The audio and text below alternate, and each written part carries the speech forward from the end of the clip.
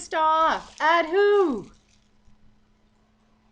SaveonFoods. Pissed off today because I go shopping at this store and I know a lot of their products that are on the shelf aren't really the quantity that they say it is. It's no different than putting a price tag on it, and then when you go to a till, they charge you whatever they feel like it. But, you know, put the price tag on there to fool you into thinking it's one price, but actually selling it to you for another. And anyways, they've got a lot of products in there that I am suspecting are half empty, and they're doing nothing about it. And one that I know for sure, there's nail polish. It's clear as friggin' day. They got nail polish bottles all lined up. That there's you know, the ones that are half empty are all stacked together, and the ones that are half full are right beside each other. But they're all the same price. And I went and talked to the manager, let him know about the little problem. Ooh, that's a really bad thing. Let me get my manager on that and get that taken off the shelf. Well, about a month goes by, still on the shelf, nothing was done. So I complained to the guy again, and he's like, he didn't do anything about it. Let me get on this case. So another month goes by, make my, you know, I go back in there, still not done. So now it is not, it's not a mistake. Because if it was a mistake, they would have fixed the mistake as they said they would. It was nothing to take something off that shelf. But they have no intention of taking anything off that shelf.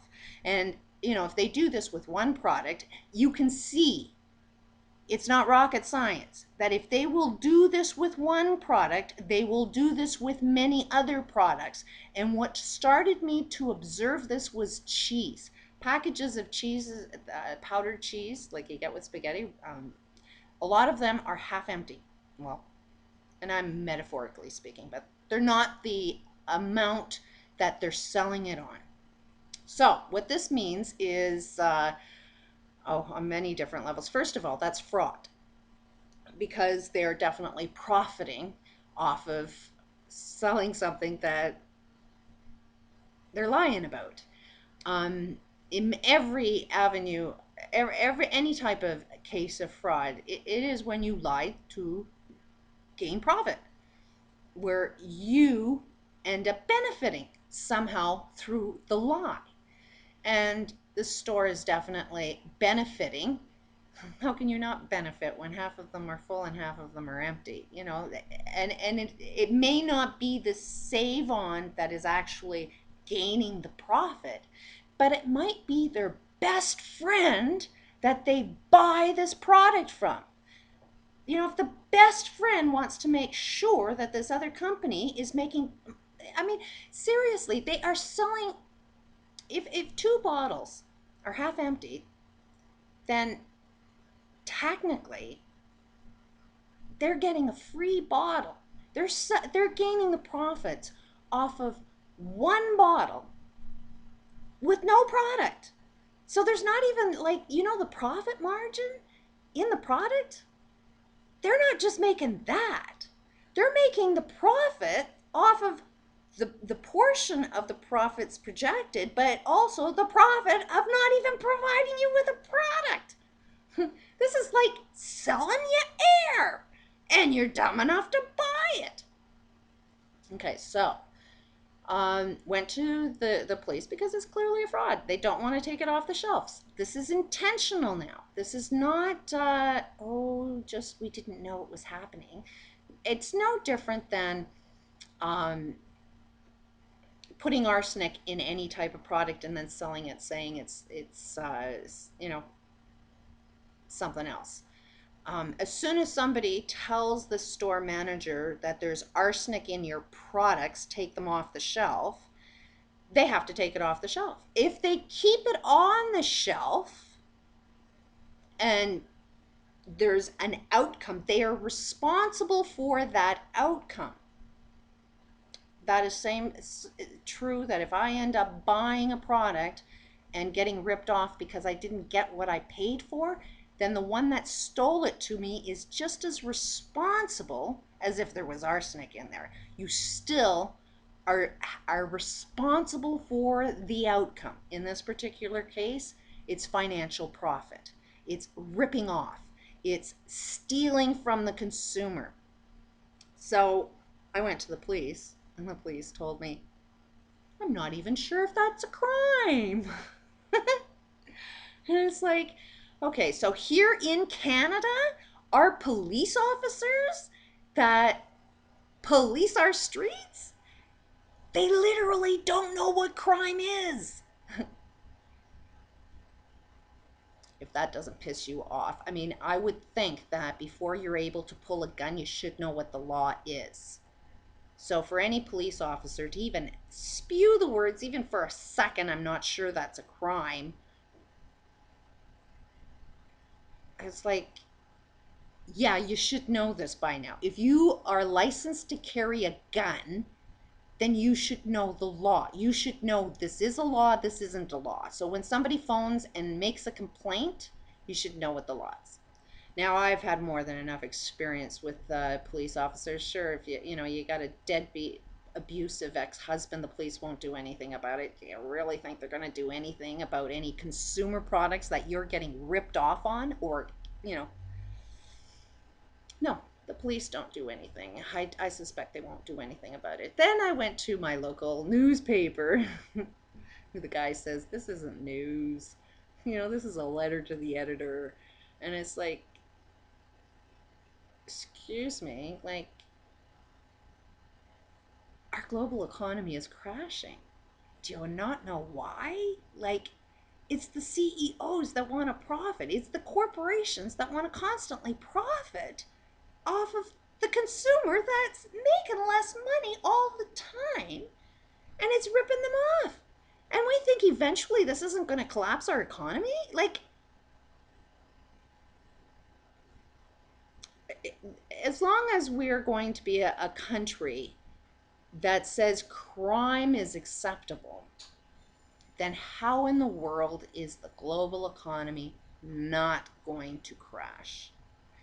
Basically,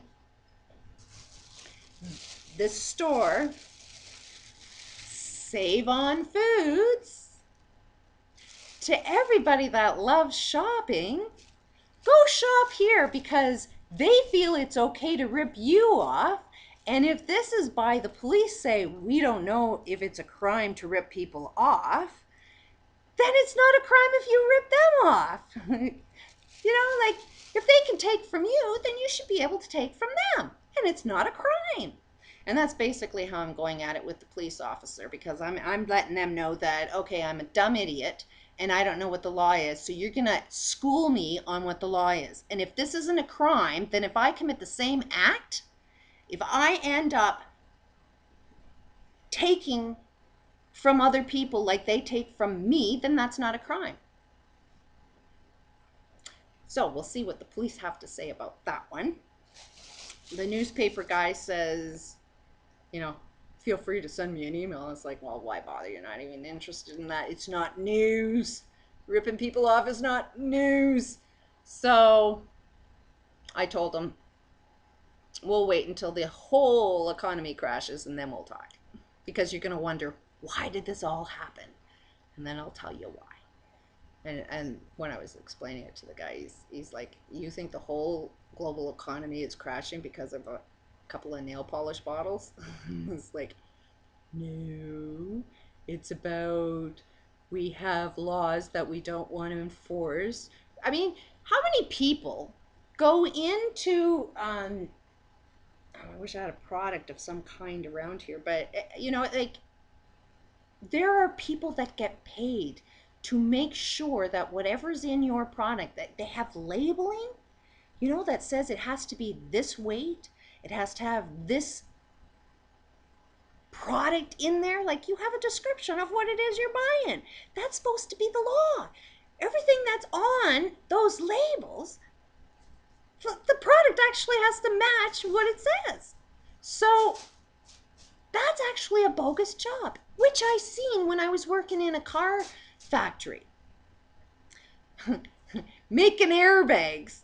They have these safety companies that put these things, labels on them that says, hey, this is safety. We came and checked it out and safetied your equipment. No, it isn't. There was nothing that these people that came in and did and audited anything we did was safe. It was all bullshitted over. And we're talking airbags. We're talking, I mean, when your car breaks down, it breaks down because when we were building it, we didn't give a shit what we were building. And frankly, in the situation I was at, it was a company that really didn't care about harassment. It was very, very low paying wages. So you had that kind of um, fighting mentality for some reason. And they were all, you know, the level of harassment that I seen in this company was outrageous. And the goal was is to get everybody in trouble. You know, one employee didn't like another employee, so they would start sabotaging products so that the person that was working on that line would get in trouble for that product that they're destroying. And oops, if it doesn't get caught, then it goes out to the consumer. And these guys that come in to make sure that hey it matches the seal that they had to apply to get, they come in and they audit and they check the paperwork out. Well, and basically for us when we were working in there, every hour you had to do some testing to make sure everything is lined up and there were no flaws with the equipment that we were welding together. Everything had to be measured every hour to make sure that everything was right. And you had to have paperwork and write it all down. Well, guess what? A lot of people would fill out that paperwork before they'd even start their day. Like it's and then when these inspectors come in, they all know damn well what's going on. Like they warn you ahead of time, and then there's all the planning that goes into, oh, the guys are here. Let's make sure all of this paperwork is done. So they just make sure that the paperwork actually says what they want it to say to pass, and not what the products actually are. So and there's no question these people are being bought off or something, because some of the things I seen, you're pretty stupid if you can't see that this is what's going on with a company.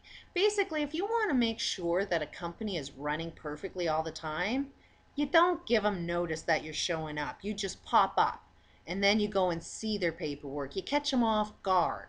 But when you give somebody warning, to come in and see if your product, your assembly line is matching up to government standards, then you come in and you do surprise checks. You don't give people notice to say, hey, you know what? Clean your windows so I can come in and see if they're clean. Like, no, it's just dumb. But I mean, we need to make some changes within our corporations, and it is within our news media. We need new news. It's not like we don't need news. We just need news controlled by people and not by governments and corporations. We want to hear the truth of what's going on so we know exactly what to do and what not to do.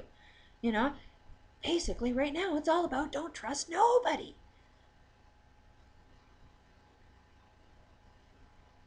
And I don't know.